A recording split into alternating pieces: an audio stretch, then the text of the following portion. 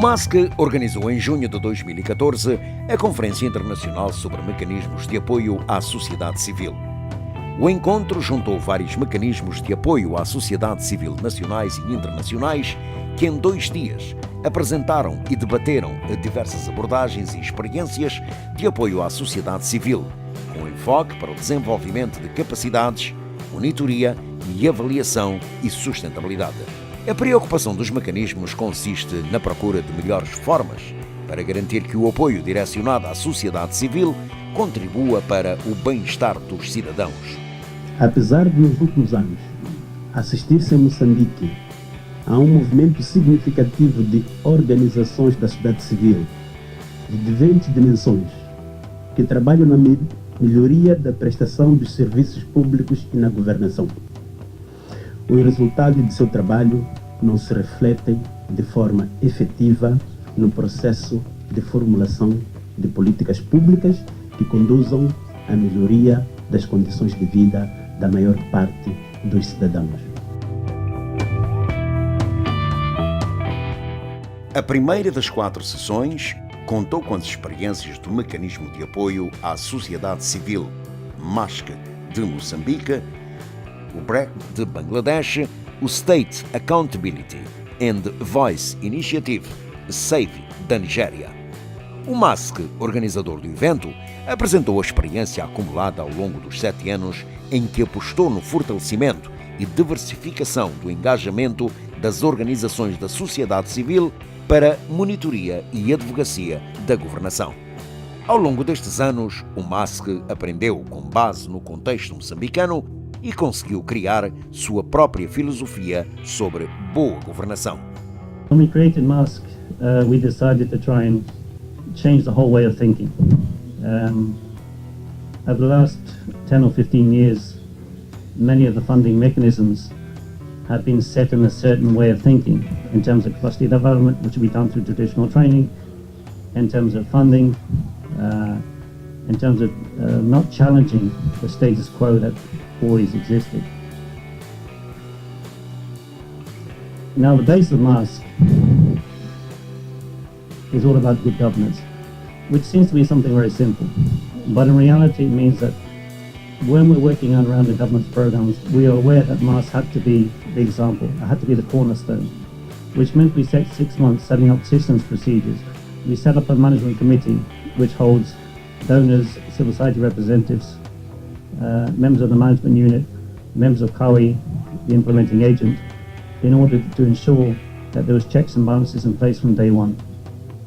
This means that we have 3 monthly meetings with the donors, three monthly quarterly reports, yearly audit report, yearly meeting with the grantees, yearly meeting with non-grantees to ensure that everyone's aware of what's being done. So there was no possibility of mismanagement. On the second area, we set up transparent systems and procedures in terms of the way that we did the grant making. And thirdly, we decided that we would transfer this responsibility of good governance to the MASC grantees. Now, that would seem to be something which is quite logical, but in Mozambique we had a scenario where people were saying, well, the organizations are too small, the organizations are still learning, the organizations have good intentions, we can't impose systems and procedures. A primeira grande experiência é da capacitação. Over the last 20 years, we probably spent, I would say, roughly around $100 million in training. And we still don't have a civil society. It's still not trained, but we've been training and training and training and training. The reason is, firstly, we've been training the wrong people. Secondly, we've been training people without giving technical assistance or follow-up. Thirdly, we've been training without giving them the ability to be able to implement what they've learned. And from our own experience, training is a learning by doing, which means that you can train an organization in how to manage funds, but if they never manage a fund, they're not going to grow. You can train an organization in social auditing, in community scorecard, citizen report card, but if they have no way to then implement that on the ground, put it into practice, it's worthless. So what we've done is introduced a mentoring a technical assistance scheme, which means that immediately after the training, the organization goes on the ground and does the implementation. It then has a mentor alongside them during the space of 6 months to 1 year. And then we also use organization as peer-to-peer linkages. The peer-to-peer linkages has proved to be the most effective, simply because organizations who have done the same work in the same conditions, in the same context, with the limited resources, are able to transmit to the other organization what is possible, what is not possible. If you have a consultant or a trainer, the tendency is an organization, well, we can't do that because we don't have the right resources, we don't have access to funds, we don't have access to this, we don't have access to that. But if it's another organization in exactly the same context, they can say, we've done it, here's the proof, you don't need that, just go and do it. And we had an interesting experience in the last visit I did to the provinces. A couple of years ago we had social auditing being done by organizations who were spending around about $10,000 to do a good social auditing program. When I was recently in the northern provinces, I came across organizations which are doing social auditing for nothing. Yeah, zero cost. Why? Because they're at grassroots level. Why? Because they're linked to their target group. Why? Because it doesn't mean any extra force. So just having technical expertise, they're able to do the work. Como garantir a boa gestão de fundos nas organizações de base, sem grandes capacidades para gerir fundos? Many of the grant-making mechanisms start off from a very limited position, in the sense that they have so many checks and balances, so many barriers in place, that they're not able to support the smaller organizations. They're not able to support innovation. They're not able to support new civil society movement. You have to have so many things in place to guarantee the risk management that you end up marginalizing from the very start 50% of your potential target group. So when we began the MASP, we said, okay, let's try and create a system whereby any organization, be it registered or not registered, be it an organization that has systems or procedures or not, be it an organization that's never managed a fund or has managed a fund, be it an organization that is any part of the country, can get access to our funding. When we set up these systems and procedures, we were highly criticized. People just shouted, risk. It's too risky, you're going to lose money, you're going to have corruption, it's impossible. What we did was to set up a system with a very high level of training, technical assistance, mentoring, building in the systems and procedures, building in the foundation before somebody gets a fund. The second thing we did was to have 10 or 20%, which we call the radar approach. The radar approach is different to the GPS. The GPS, we always play with people. The GPS, you have your destiny, and you go until you get to your destiny. Only when you don't get there, you get to the wrong place, you realize that the GPS didn't work. The radar is something which, the radar is always looking for innovative ideas. If there's something happening on the ground, we can move very quickly. Within the space of 24 hours, we can get something done through capacity building, through a provincial seminar, through funding.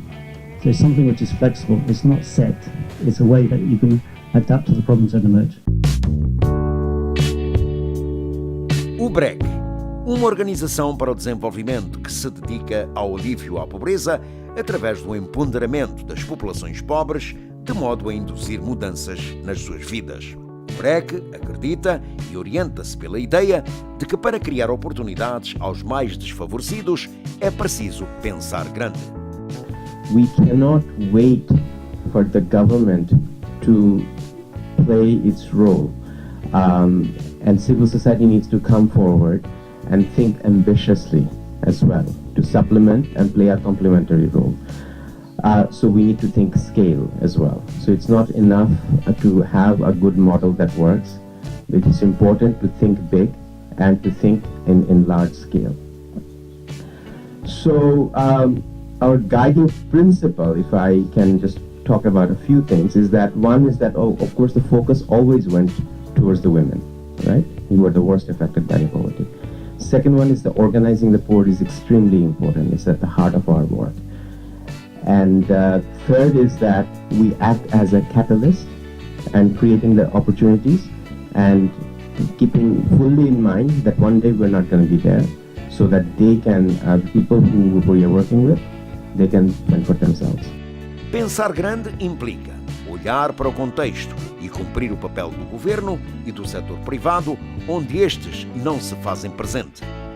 Qual é a abordagem do BREC? A quick example of our development intervention work is that the approach has been, for example, in the agricultural sector. We reach out to the community to first find out the farmers' needs.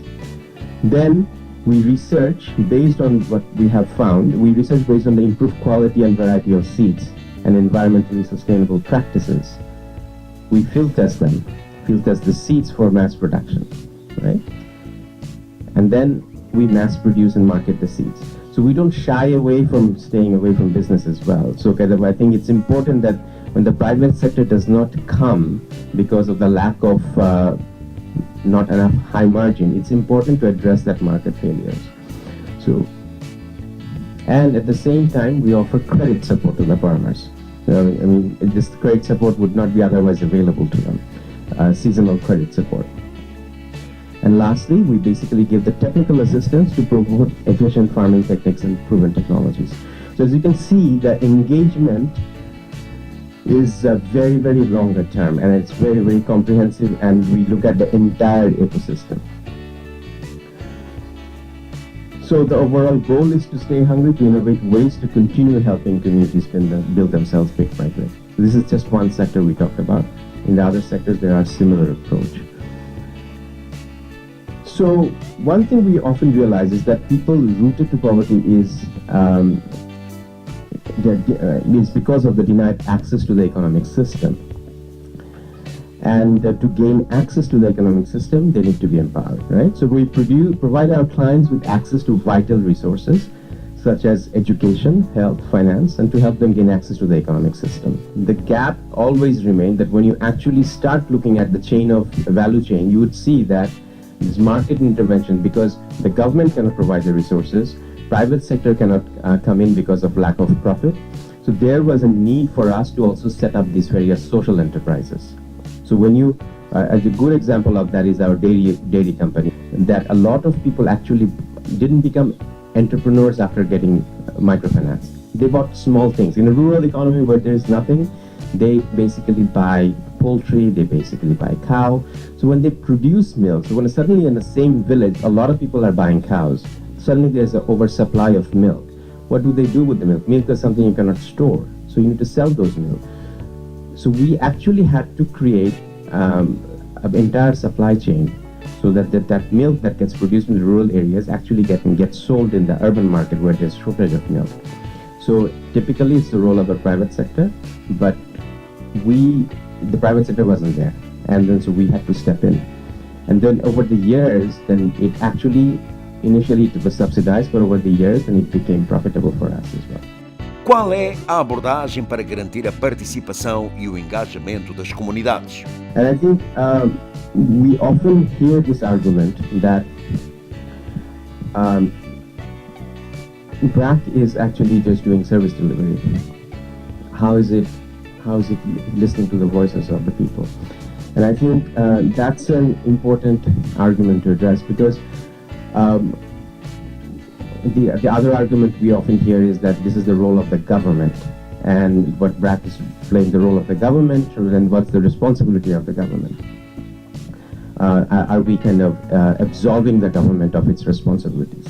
I think it's an extremely important argument, but what we have seen in our approach is that oftentimes talking about governance and oftentimes talking about the voices of the people, it's not often good enough, because when the people are struggling to get their basic needs, they are less likely to listen to you, they're less likely to be organized when they cannot themselves are basically not being able to get the very, very, very basic needs like access to finance, education, and health. They're struggling.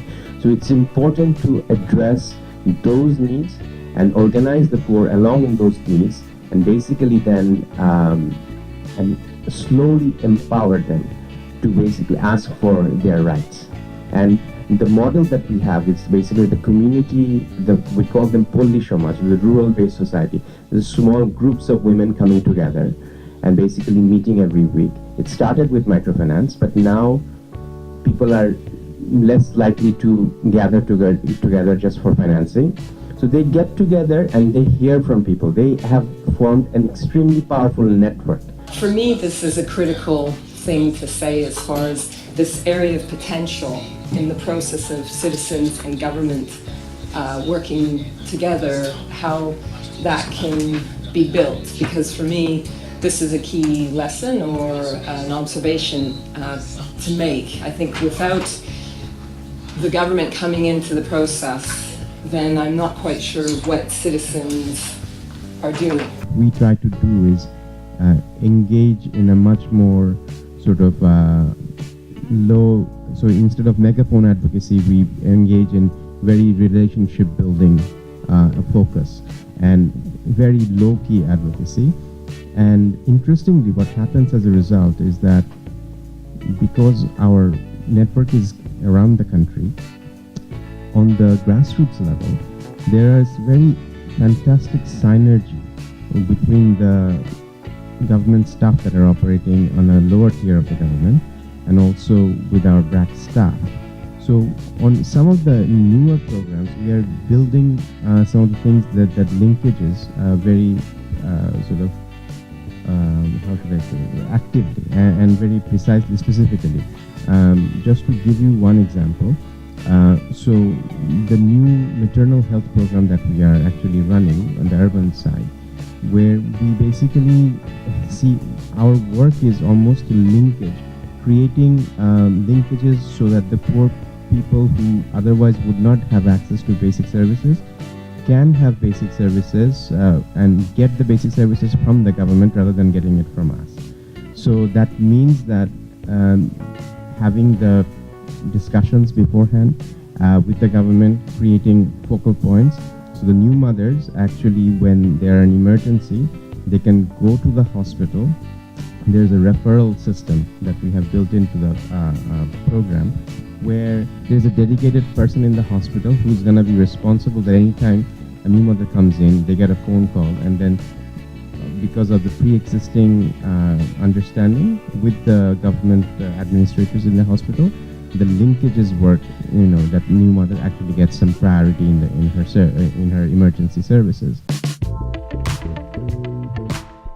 O programa SAVI da Nigéria trabalha em 10 estados daquele país, no apoio a grupos da sociedade civil, instituições do Estado, órgãos de comunicação social e órgãos estatais de representantes das assembleias eleitas para estarem informadas e tornarem-se agentes credíveis da voz dos cidadãos e da prestação de contas.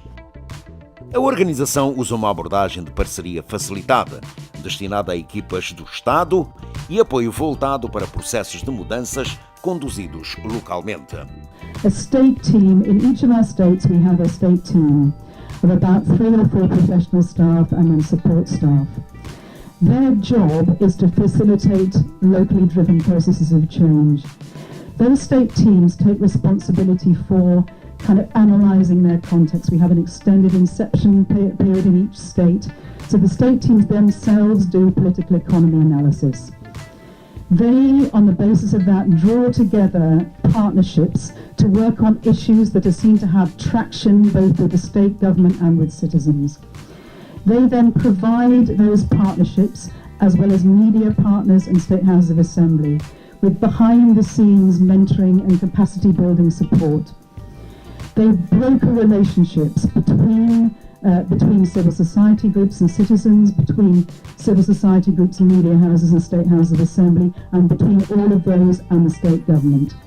And they provide small amounts of seed funding in diminishing amounts to help these partnerships and partners pilot new ways of doing things, which they then draw on their own resources or other resources to build on.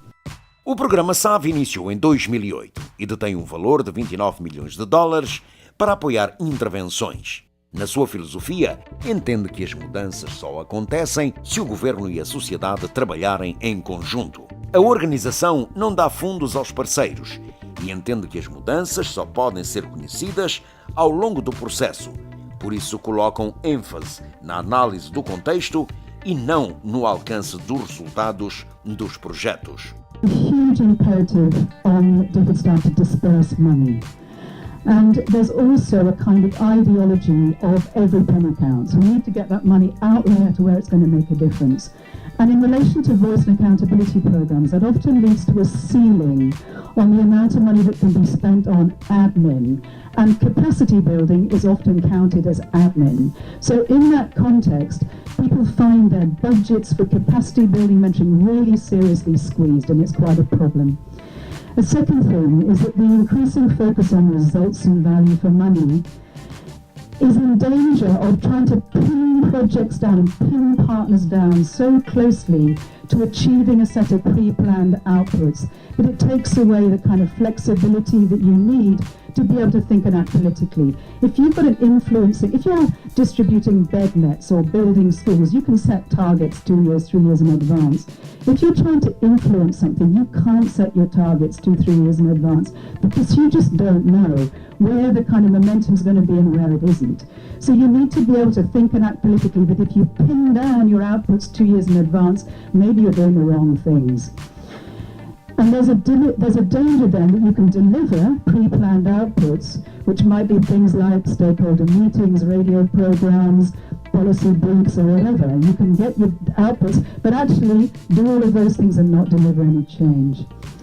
And also there's a danger that with these pre-planned outputs, that what you then is have the grantees are accountable to the donors for delivering those things, but they're not accountable to citizens. So there's a major problem around all of that. Our response to this is that we don't give grants in order to get away from the whole middle set of problems.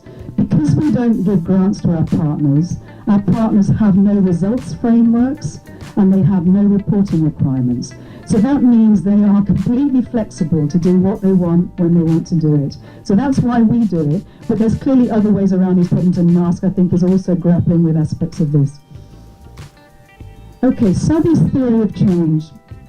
We have 5 outputs in our results framework. We have 2 to do with civil society partnerships, 1 to do with media partners, 1 to do with State Houses of Assembly, and 1 to do with lessons. Our theory of change is, in effect, the sort of horizontal axis of our log frame.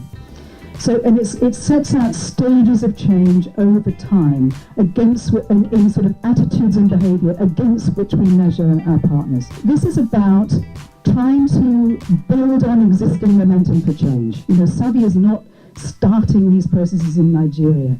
So it's recognising this issue that change is going to come from linking up reform-minded people in civil society with reform-minded people in government. So our state teams take up to a year investigating their context. Our state teams, I should say, are multidisciplinary. We often have people in our state teams who come from a government background or a media background or a CSO background, and they act as kind of neutral brokers. So they're trying to identify during their political economy investigation processes issues that have traction with the state government, something that the state government is on board with wanting to do. Then looking at where is civil society in relation to these issues, what's important to citizens. We do a lot of stuff through media, radio, phone-in programs, putting out to citizens these issues that the government is interested in. What does this mean to you? Who's doing things in your community? Who has credibility? Are you yourself doing something? Trying to identify possible partners to bring together that have credibility with citizens. On the basis of all of that, we bring together civil society partnerships on the key issues that have traction with government and traction with citizens. And we handpick partners on the basis of people that it's come out through these investigation processes have credibility with citizens. Those partners might be CSOs, they could equally be a community level activist, they could equally be retired civil servants, media reporters, all sorts of things. I particularly want to know much more about your experience around working with State House, because for us back in Sierra Leone, I see a situation where the government is trying to tackle the work of CSOs by creating subsidiary CSOs within the State House.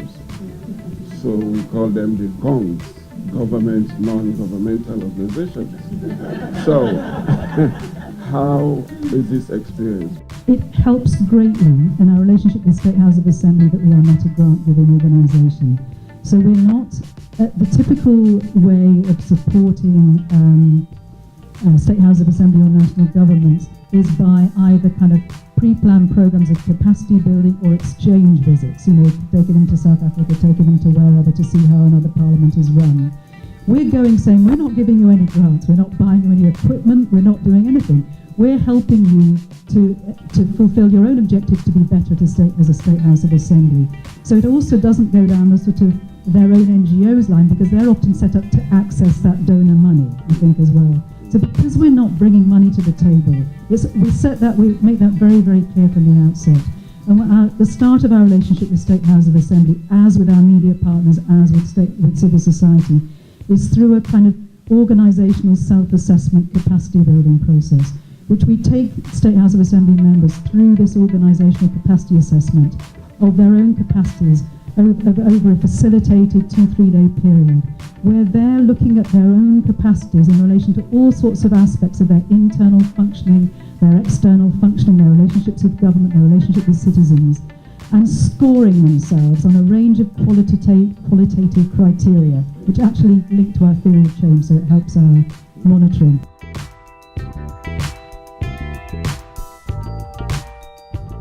MASC, juntos pela boa governação.